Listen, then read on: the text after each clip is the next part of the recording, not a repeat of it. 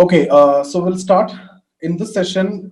So we are going to start with the Indian moral philosophers and thinkers. So we have already completed the Western moral philosophers. So in this session, we'll be starting with the Indian moral philosophers.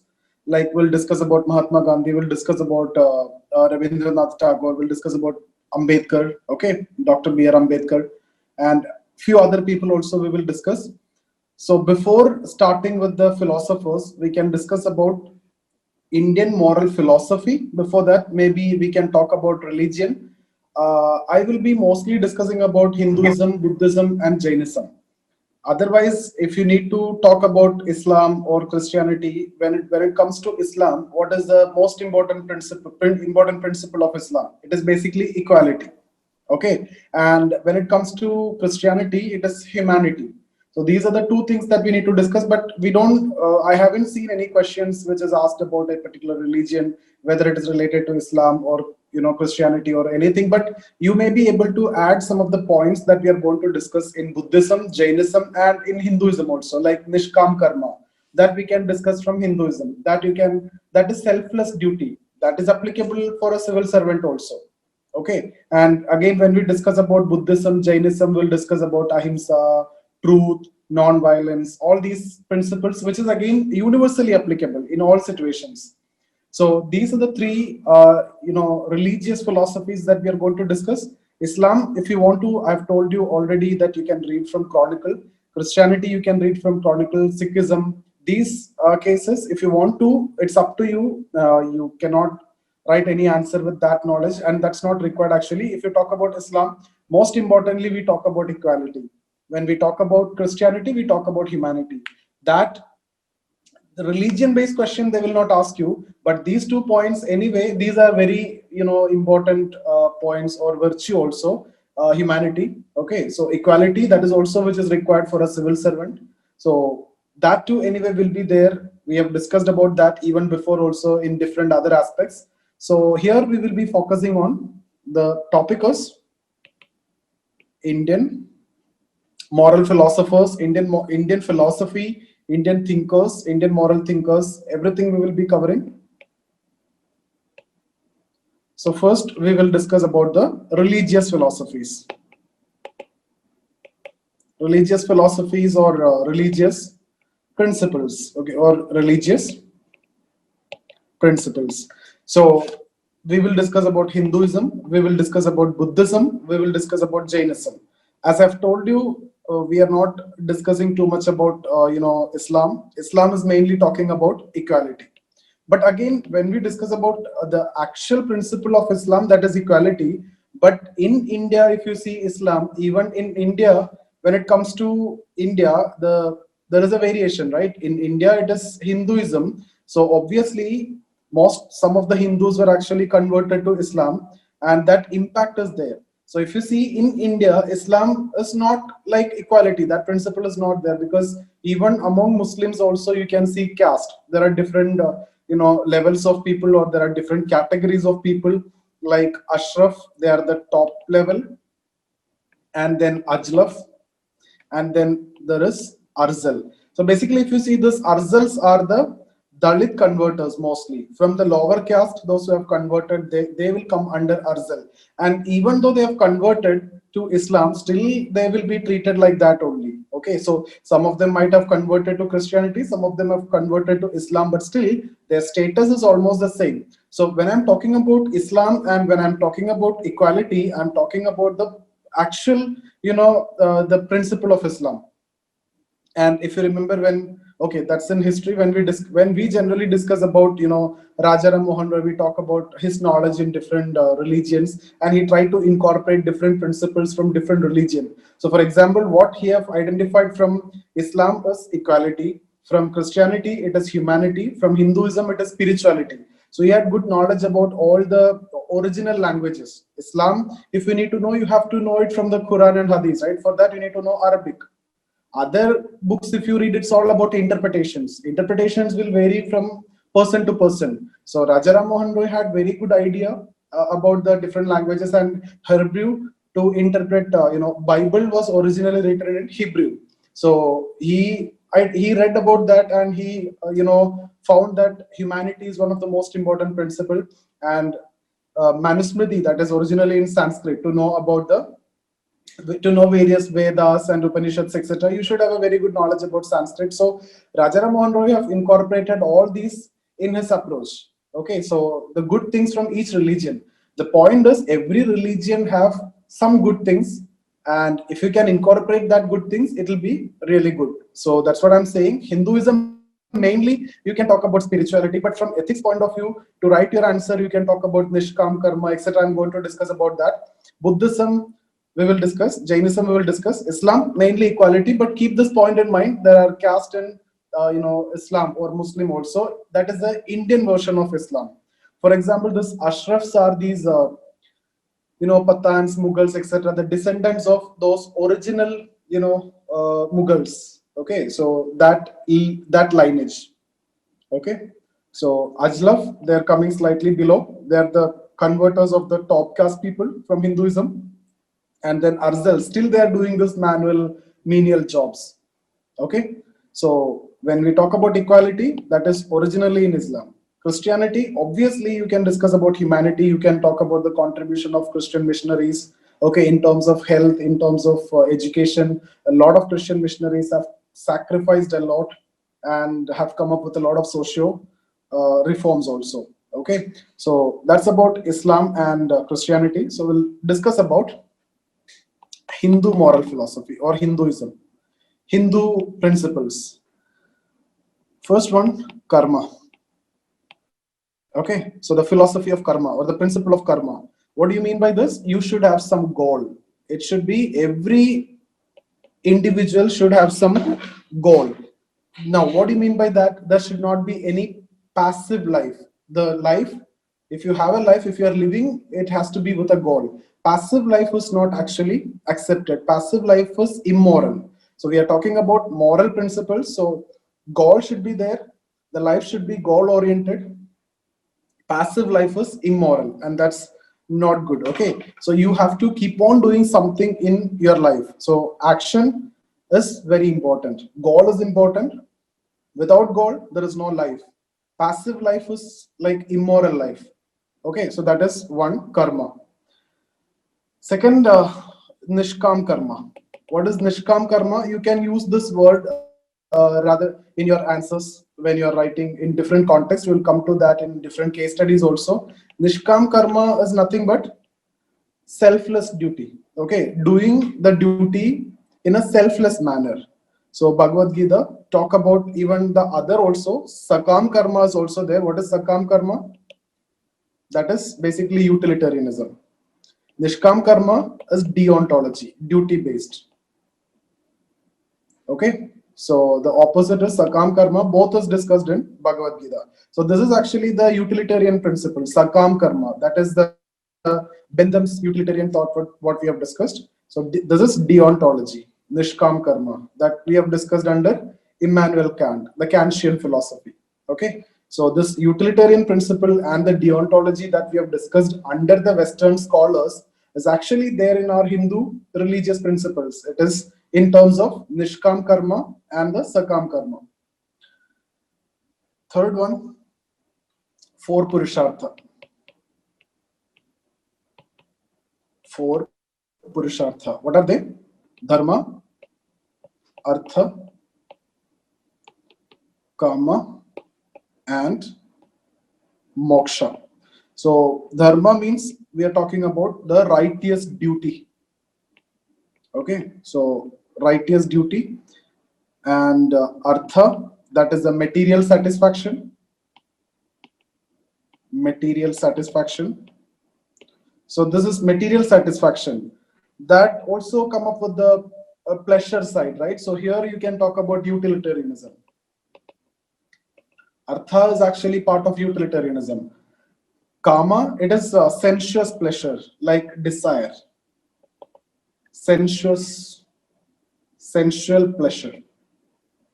Okay, and then moksha, this is related to salvation. So this is a spiritual dimension. Okay, So you can see these four covers different duty, dharma, that is duty, which principle? This utilitarianism. Now this is also kind of utilitarianism, but not pure utilitarianism. We have discussed about hedonism. If you remember, hedonism is talking about pleasure.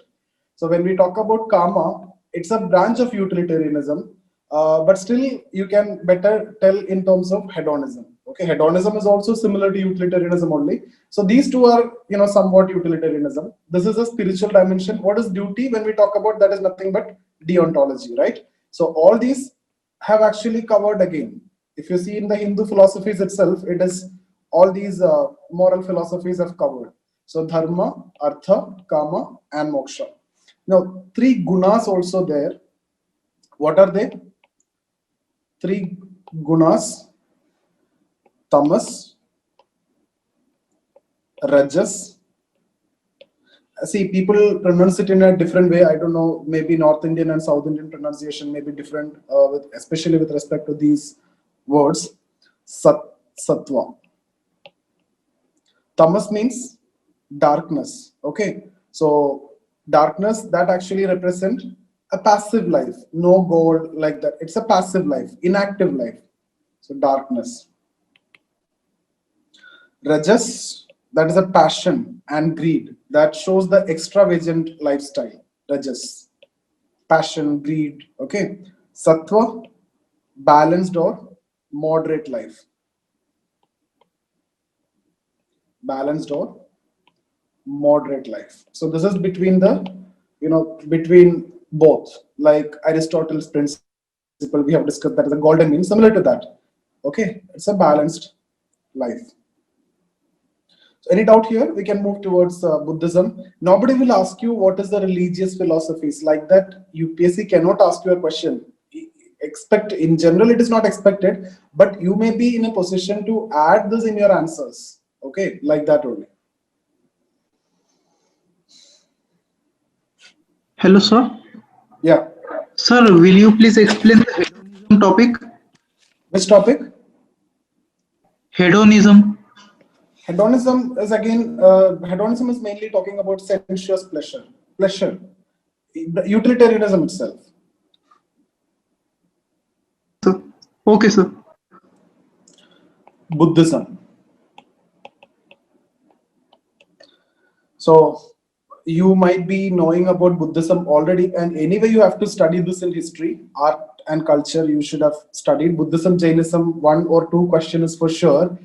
But what are the ethical principles that we need to look into? Just because of that, we are discussing some of the ethical principles or the moral principles. I'm not getting into the details of Buddhism, Jainism. Maybe some points I'll refer to, your art and culture, that you should be reading separately. But what is required from the ethics point of view, this paper point of view, we will discuss. Okay, so the four noble truths,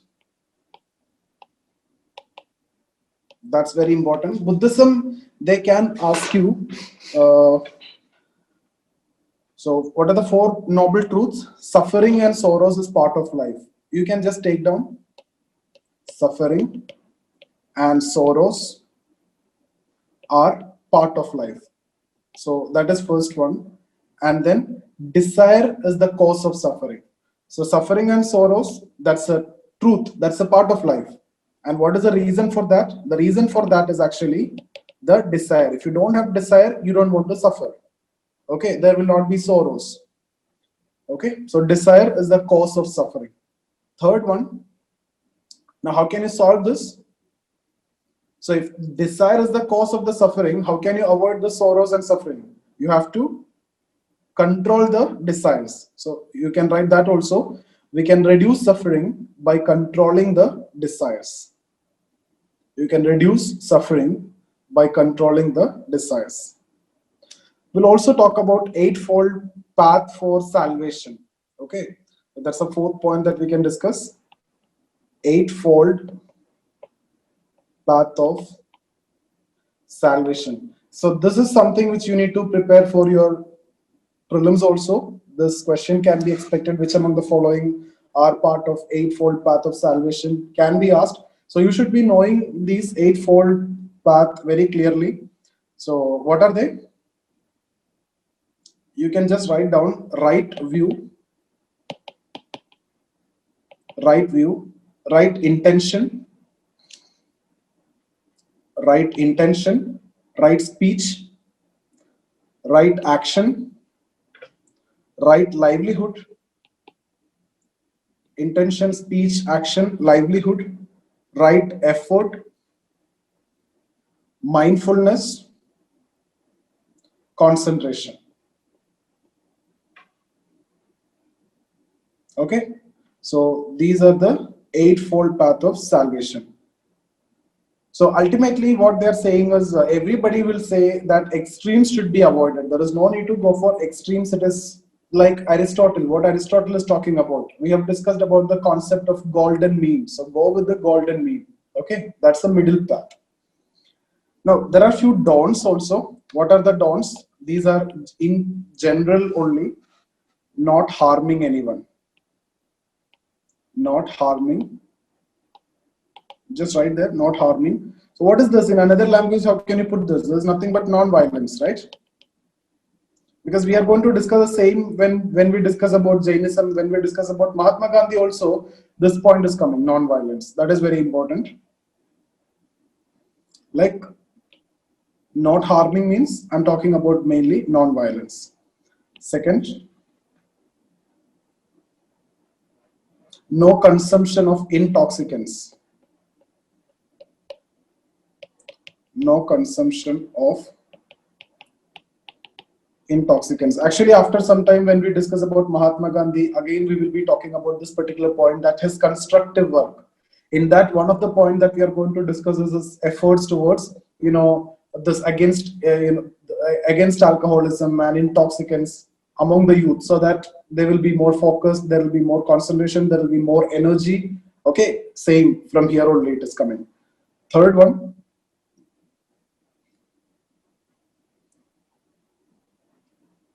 no sexual misconduct.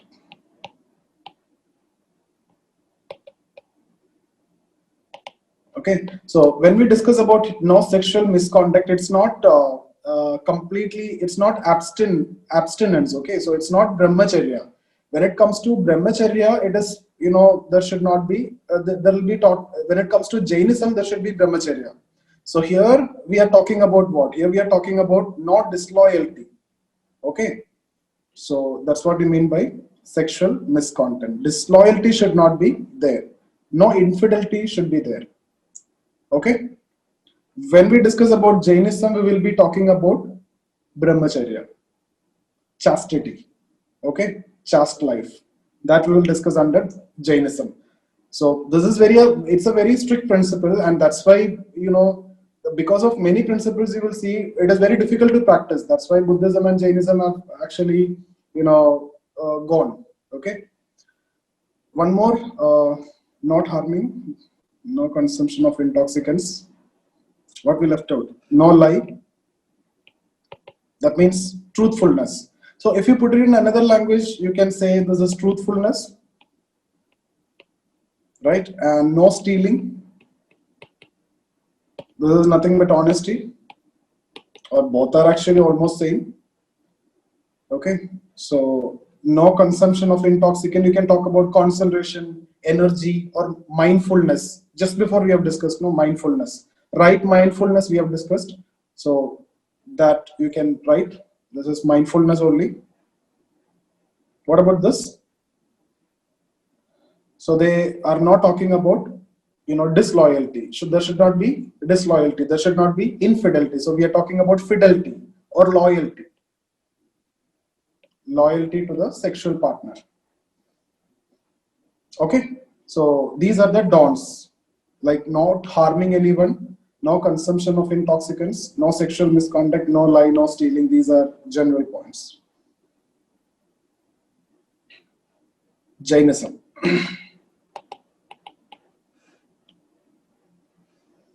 So the three Ratnas, all these are important for your prelims also. Okay, so you should be knowing it correctly. What are the three Ratnas, or three jewels of Jainism? First one,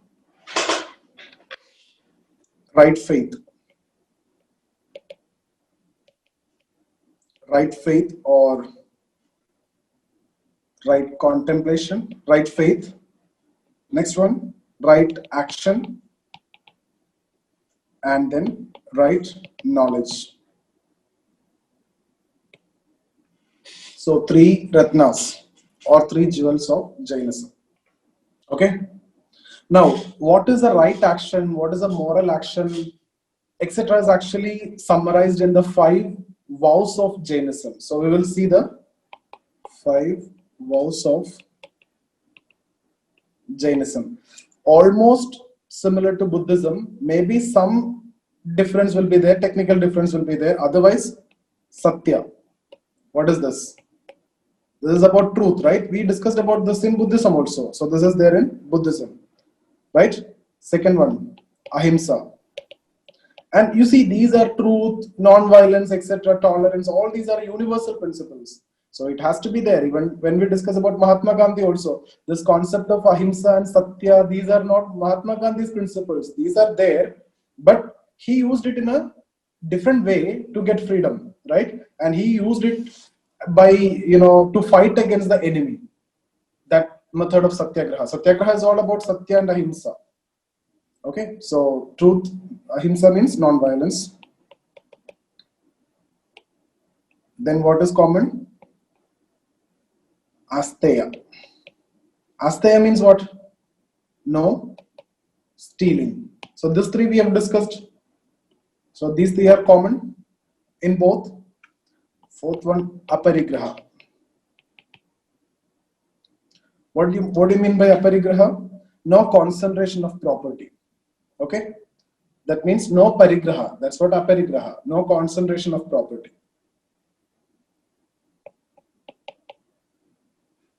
Fifth one, brahmacharya. So there also we have discussed about this, but that was about sexual misconduct. But here I'm talking about pure chastity, pure celibacy. Okay, brahmacharya. You should not have, this relation. So there only sexual misconduct is what we are discussing about. Here total brahmacharya is what we are talking about. Chaste life, celibacy or chastity.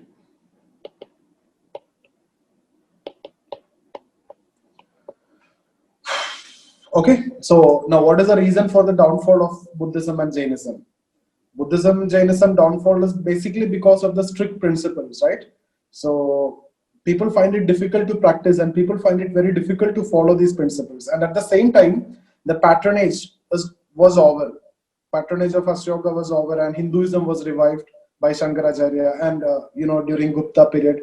So there was a revival of Hinduism and the strict principles of Jainism, Buddhism, etc. was very difficult to follow. That this part of your GS answer, you just need to remember these principles only when it comes to your ethics paper. In case if it is asked, okay, you can write about that.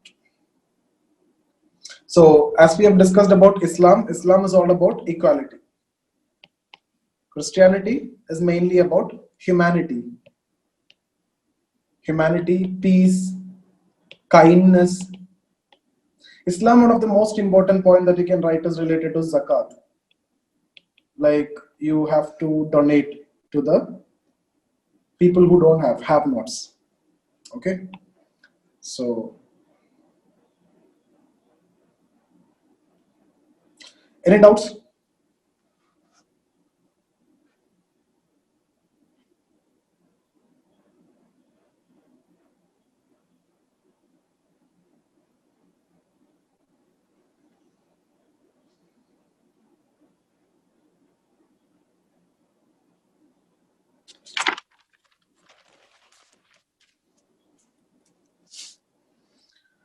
If no doubt, we can go to the moral philosophers and we can start with Mahatma Gandhi.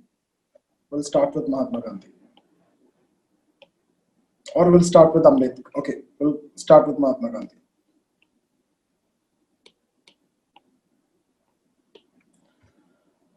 Okay, so what all things we need to discuss here? Firstly, the basic principles, and if possible, we can discuss one by one. If you have any problem with any of this, we can discuss one by one. Otherwise, we can briefly discuss and we can finish it off. Okay, the first one was related to truth. So this we have already covered under Jainism as well as Buddhism. So it's about Satya, right? Truth. What about second one? Obviously, you can talk about Ahimsa. That is non-violence. So when we talk about Satyagraha, the application of these two is what you can see over there. And if time permits, I'll briefly tell you about non-cooperation movement, civil disobedience movement also. Okay, which is part of this. See, even according to Gandhi, if the law is democratic, okay, and if everybody is treated equally, you have to follow the law. If the law is not democratic, if the law is unjust, you can violate the law. And violation of law, you can see across when it comes to Gandhi's movement. Civil disobedience movement means what? It's all about violation of law only. Okay, so but why and how he is violating law? Because he feel or it is understood that the law is unjust. It is not democratic. So he is violating the law. That's what you can see in Champaran. Okay, when we discuss about Champaran Satyagraha, that's the first civil disobedience movement. And then later also you can see violation of law. And I think before also I've given you the statement of Gandhi in this context when he was produced in front of the magistrate after the non-cooperation movement. He said that in the law it may be violation of law. In front of when he was presented in front of magistrate, he made the statement that in law what is looking as illegal, but it is the highest moral responsibility as a citizen of this country for me. So Gandhi says something like this: in law, something which may look illegal, but as a citizen of the country, it is my highest moral responsibility. Okay, so we'll come to that. That's how you can justify those acts of civil disobedience. Otherwise, violation of law is not at all justified. But the point is, if the law is unjust, if it is not democratic, then you can violate. Okay. Third, satyagraha,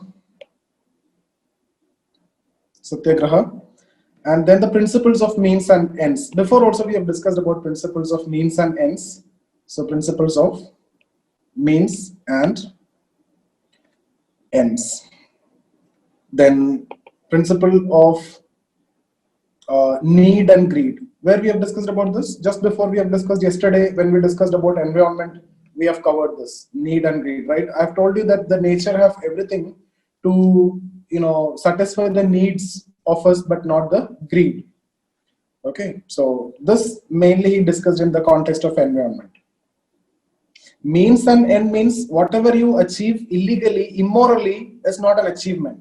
So even when you're going for freedom, during the freedom fighting also, he is not promoting the revolutionaries. Even the INA also he was not supporting. Even the Rin Mutiny, after the Rin Mutiny, naval revolt was there. Rin Mutiny is all about naval revolt, so they were also participating in the freedom struggle. But that's a kind of another wave of revolutionaries. You will see revolutionaries during 1905 partition of Bengal time. You will see revolutionary movement. Next wave of revolutionary movement during the First World War, and then in 1930s during that time Bhagat Singh, you can see revolutionaries, and towards the end, that is during the phase of World War II, in terms of this INA and the Rin Mutiny, etc. These are also part of this revolutionary movement. But Mahatma Gandhi is asking them, if you want to fight for the freedom, you can resign from the army or from navy and come and join the Congress and then follow this path. Okay, because means are equally important for Mahatma Gandhi. Okay, means are equally important as the ends. Whatever which is achieved illegally or immorally or through violence will not sustain. Okay, so whatever which is achieved illegally or immorally or through violence will not sustain for Mahatma Gandhi. That's what the principle of means and ends. Need versus greed that we have discussed under environment. Then this is slightly controversial for some people. Ram Rajya, okay, or Swaraj. So when you talk about Swaraj, his concept is Ram Rajya. And when we discuss about the concept of secularism, there are different versions of secularism. One concept is it's a stateless concept, not stateless, no religion concept. Second is like liberal secularism, like what we follow, and then orthodox secularism. So this is a kind of orthodox secularism, Ram Rajya. Okay, so this is a controversial one. We don't want to discuss about that at this point of time in this ethics session. but this is controversial concept of secularism. And if you have some knowledge about history, most of the leaders, whether it is Tilak or Mahatma Gandhi, etc., they were politically very, very modern. But when it comes to religion, they are very, very orthodox. Okay, so Swaraj, I'll briefly discuss about this um, the seven sins of Mahatma Gandhi. We discussed this already. What are they? Seven sins: wealth without work. Okay, and then pleasure without conscience. Third one, knowledge without, you have huge knowledge but no character. What's the use of it? Fourth one, business without morality. Fifth one, science without humanity. You can create even nuclear bomb and you can finish, entire system, entire society. So science without humanity is very dangerous and dreadful for Mahatma Gandhi. Knowledge without, I think this question also we have discussed. This question was asked directly. And sixth one, religion without sacrifice. So seventh one, politics without principle. Now, to your knowledge, I'm telling you, this was actually asked as a direct question. Okay, the concept of Gandhi's seven sins. So you have no other way, you have to remember this exactly like this. Wealth without work. This is it. You don't want to write too much about this. Maybe you can explain these, but direct question was asked. 10 marker, direct question. What more you need to get? If you know these, you got the answer directly. You don't want to put much effort for this. These are just cakewalks. Okay, so then another important one, tolerance. Very important one when it comes to Mahatma Gandhi. Not only Mahatma Gandhi, as a civil servant, when you're writing any case study, tolerance is very important. Okay. Now the other one is Gandhi's talisman. What is this? Gandhi's talisman. So this go like this. It's like when you are in doubt about anything, if you are in a doubtful situation about your act, what you can do is you can think of a weakest person whom you know, and you think whether the action that you are going to contemplate or the action that you are going to do will have any good for that person. Will that do any good for that person? So if so, then it's morally good action. You can go with that. Okay. So if you are in dilemma, if you are in doubt, what you can do is you can think of the weakest person whom you know.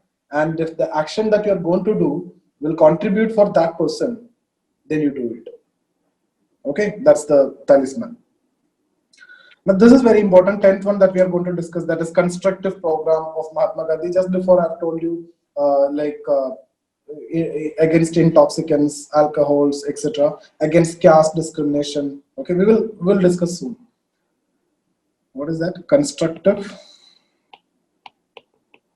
program of Gandhi.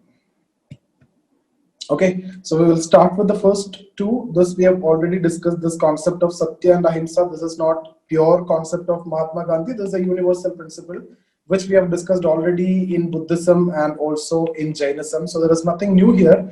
But when it comes to Mahatma Gandhi, he gave that typical example that it is very easy to preach, okay, but it is very difficult to practice. This is what even Swami Vivekananda is also talking about. You can preach anything. All these social reformers can preach. You can talk about single God, you can talk about multiple God, you can talk about idol worship, you can talk about so much of things. But it is very difficult to practice. But Gandhi have demonstrated, right? And not only at the individual level, and he used it as a weapon to fight against the enemy. He used it as a weapon to fight against the British, okay, during the freedom struggle, these two. Satyagraha, all of you know about this. So when we discuss about truth and ahimsa, that is Satya and non-violence, these are two principles. And the application is what? Satyagraha. Okay, so the practical, this is the practical tool. Satyagraha is based on these two only. So these two principles, the practical tool or the application is what you can understand as Satyagraha. So he used Satyagraha as the weapon to fight against the enemy and the injustice which was prevailing in society.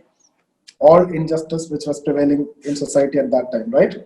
So what is ahimsa? That is non-violence. This is actually the means to achieve what is the ultimate end?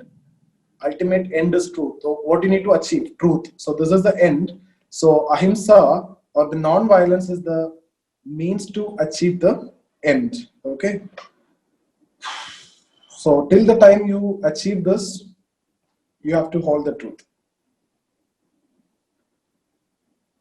What are the methods? Now, I hope you know that Gandhi's experiments in South Africa, experience in South Africa, you don't want to know exactly what all things Gandhi did in South Africa. Maybe it is required for your GS prelims and in history also, but here that's not required. I'll briefly tell you 1892 to 1904, or you can divide into two phases mainly. There is a moderate phase, like exactly similar to the Congress. There is a moderate phase, and then there is a extremist phase of Gandhi. So moderate phase, what you know about moderate phase when it comes to Congress, exactly the same here. Mahatma Gandhi is writing the letters, petitions, prayers. Okay, so that's it. Protest, prayers, petition, this three ideas, right? So that's about moderate phase without much achievement. But later, he changed his strategy. That extremist approach means involving the masses. Then you can see success stories, like three cases that you can discuss about. That is the invalidation of marriage, which does not happen according to the Christian customs, and then that poll tax, then compulsory carrying of the that registration certificate. Against this, he involved the masses and he fought, and you have huge success story at that point of time. But when you show the loyalty to the British, when you're writing the prayers, petitions, etc., no success. So he understood this involvement of masses is of high use, and you can beat your enemy with that. That he understood in South Africa itself. So when he came to India, directly he implemented that. By that time, Congress is studying about that only. Even at that point of time also, Congress was not ready to involve masses, and that's the reason there was a fight and split between moderates and extremists. But as soon as Gandhi came, and then following this approach only, involving masses. Okay, so when it comes to Mahatma Gandhi, what are the main approach or the methods? Protest. Okay, and then hunger strike. What is the first hunger strike of Gandhi in India? At least my history students. No idea? None of you are from history batch. Okay, so that is Ahmedabad mill strike. Okay, and non-cooperation movement, civil disobedience movement. What is the first non-cooperation movement? What is the first non-cooperation movement? Kheda Satyagraha. Kheda Satyagraha. What is the Kheda Satyagraha? Civil disobedience movement. Champaran Satyagraha. I told you can remember CC, the Champaran, C and CDM. Why it is civil disobedience movement? First civil disobedience movement, because he is violating the law. He is asking the public not to pay tax. Paying tax is law, right? You have to pay the tax. So if you are not asking the public to pay the tax, it is illegal. So that is against the law. That's why civil disobedience movement. You are violating the law. In non-cooperation movement also, Mahatma Gandhi is asking the farmers or the peasants not to pay tax. But in that context, it is not violation of law, because legally you are entitled for a tax remission. You are entitled for a tax remission because of the famine and crop failure, but still they are asking you for the tax. So it is the illegal demand of the British, and you are stopping or you are not cooperating with the illegal demand of the British. That's why non-cooperation movement. In both cases, you can see non-payment of tax. But in only one, it is civil disobedience. The other one, it is non-cooperation. Why? Because you are not cooperating with the illegal demand of the British, as you have already entitled for a tax remission. Okay, so these are the approaches. Hunger strike. The first hunger strike is Ahmedabad mill strike. Non-cooperation movement, civil disobedience movement, protest. So all of you know all those things. by using which tool? In all case, you can use Satya, Ahimsa, Satyagraha. So all based on Satyagraha. Okay. So his idea is basically, if the law is democratic, you should follow the law. If the law is not democratic, if the law is unjust, you should not follow the law. So Mahatma Gandhi is talking about overlap between, so what is legal? This is, let's suppose this is legal and this is ethical. So what is ideal? This is ideal situation. Some may be legally correct, okay, but ethically not. You can talk about AFSPA. Okay, they have given blanket cover protection, but ethically it is not correct. Okay, so similarly, some may be ethically correct but legally wrong, like what you can see in the case of Mahatma Gandhi's experiment, like civil disobedience movement. What he said is, it is his highest moral responsibility. So ethically is correct, but legally you are wrong because you are giving a call not to pay tax. So what should be the ideal situation? There should be a maximum overlap between this level of overlapping is required. Then it is an ideal law. Okay, so this is this concept about law also. The law should be democratic, then it should be followed. If the law is not democratic, not ethical, unjust, you should break the law. You can see n number of situations where Mahatma Gandhi is violating the law. And for that, there is a context also.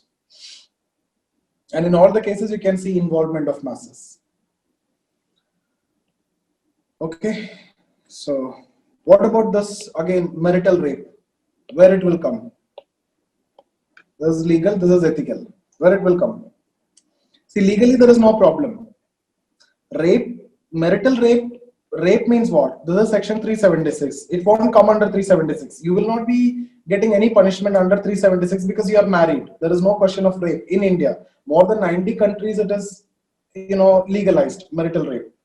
Okay, so it's a criminal activity. But in India, that's not the case. Even Justice Verma committee recommended for that, but it's not done. So it's legal but not ethical. AFSPA, legal but not ethical. So in this context, if the woman is complaining, okay, what the punishment that the case will be taken only for domestic violence, maybe for 98A or the hurt 326, 324, etc., but not under this 376, which is rape. Okay, so I hope these things are clear. What is left out in Mahatma Gandhi? Okay, we will discuss one by one. So which one we discuss now? This we discuss. Okay, then means and ends I have told you already, right? So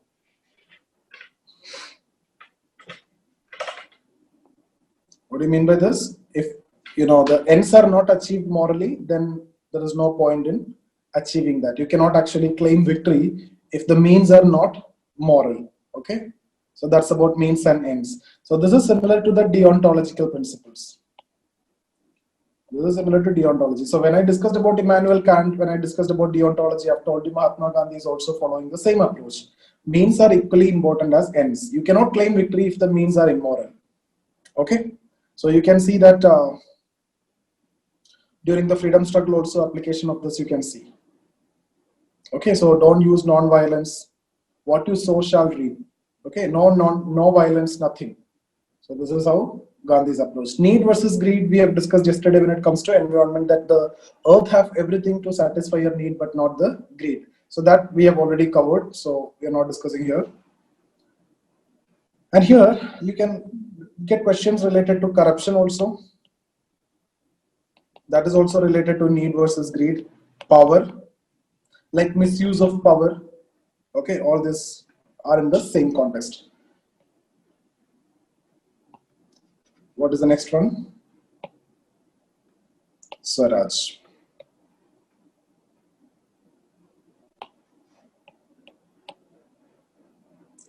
Swaraj.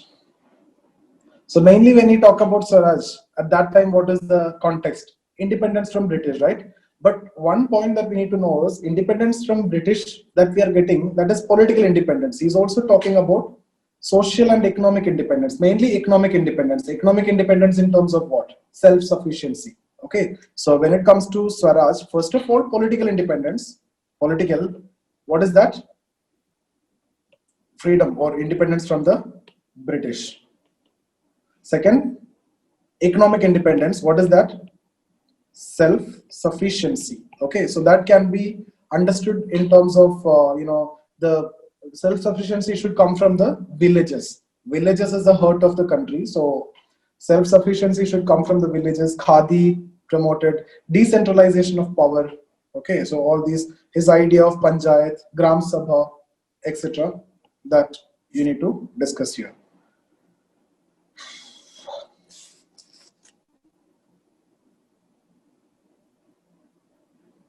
What is the next one? 7 sins we have discussed already. Tolerance. Tolerance is a very important virtue. So you have to, inculcate virtues. You have to eliminate the vices.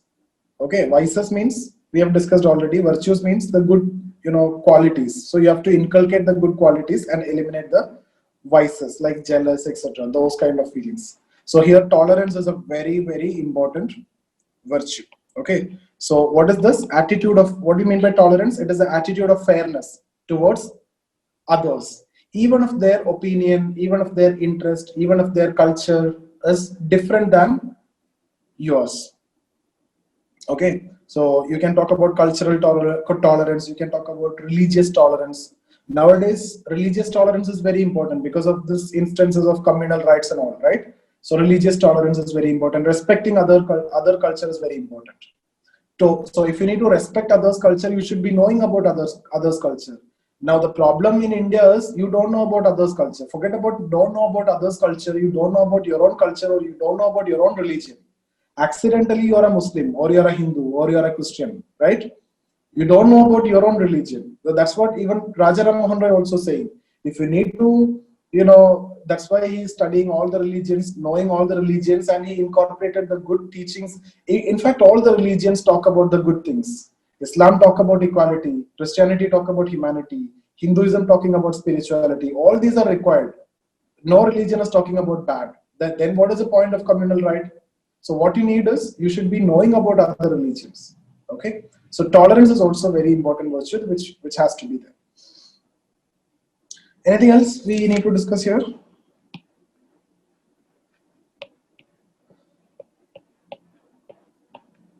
Talisman we have, okay, constructive program of Gandhi.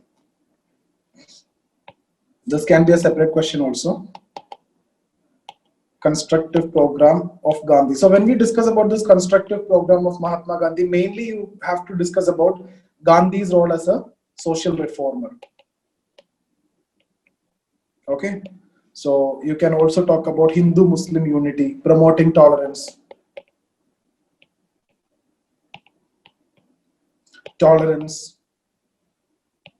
Okay, now what was Gandhi's approach mainly? We discussed about this. Struggle, truce, struggle. You go for struggle, take a break, then struggle. Take a break, then struggle. Right? Because masses will be tired. So you have gone for a non-cooperation movement, and then you need to take a break. Then go for civil disobedience movement, take a break, and then go for Quit India movement. Because once you take a break and when you come back, you can push stronger. So you can see obviously civil disobedience movement was stronger than non-cooperation movement. Quit India movement is even more stronger than the civil disobedience movement. So that push will be more strong if you take a break. But what is the other group like Jawaharlal Nehru? That's the youth, right? Jawaharlal Nehru, Subhash Chandra Bose, etc. were of the opinion that struggle, victory, struggle, victory, struggle, struggle, victory. That's the only approach. Keep on, fighting against them, and till you get the victory. So this is Gandhi's approach.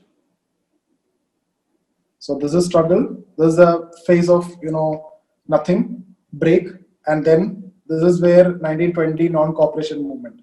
Then this is civil disobedience movement 1930, and then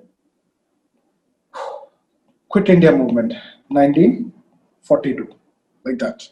Okay, so social reformer, Hindu-Muslim, campaign against caste discrimination, popularly known as this Harijan campaign, women empowerment, See, women and Mahatma Gandhi, you can always use in your answers as a super marketable item. You write good, you can score good. Okay, women empowerment in terms of, participation of women in the mass struggles, all this Gandhian freedom struggle, non-cooperation movement, civil disobedience movement, Quit India movement, huge participation of women, you can see. So you can talk about women empowerment. And when we discuss about women movement, this was actually an essay in 2017 mains, new women movement. So here, this is also considered as women movement because women participation was there, but women issues were actually addressed within the broad issue. What is a broad issue at this point of time? That is related to the freedom. Okay, so that is related to the independence. So within the broad issue, women issues are also addressed. Okay, so specific women movement you cannot see at this point of time. And mostly the leaders are not from within, not from women, but from the main freedom fighters, these leaders, Mahatma Gandhi, Gopal Krishna Gokhale, etc. They were the main leaders. Sardar Patel. So women empowerment. Later you can see specific women movements. Okay. Then what? Focus on khadi and village industry that we have discussed before when we discussed about economic independence. So self-sufficiency.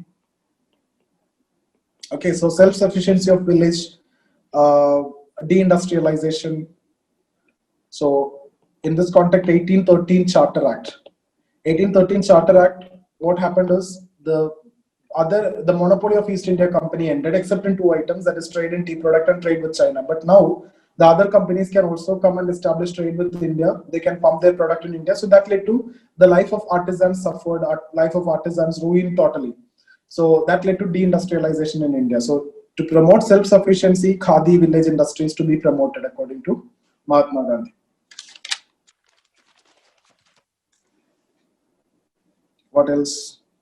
Drive against alcohol, intoxicants that we have already discussed. Okay, this is intoxicants to promote the concentration of the youth, which is very important, energy of the youth, mindfulness for all these. Youth energy should not be wasted in all these things, right? Drive for sanitation and cleanliness.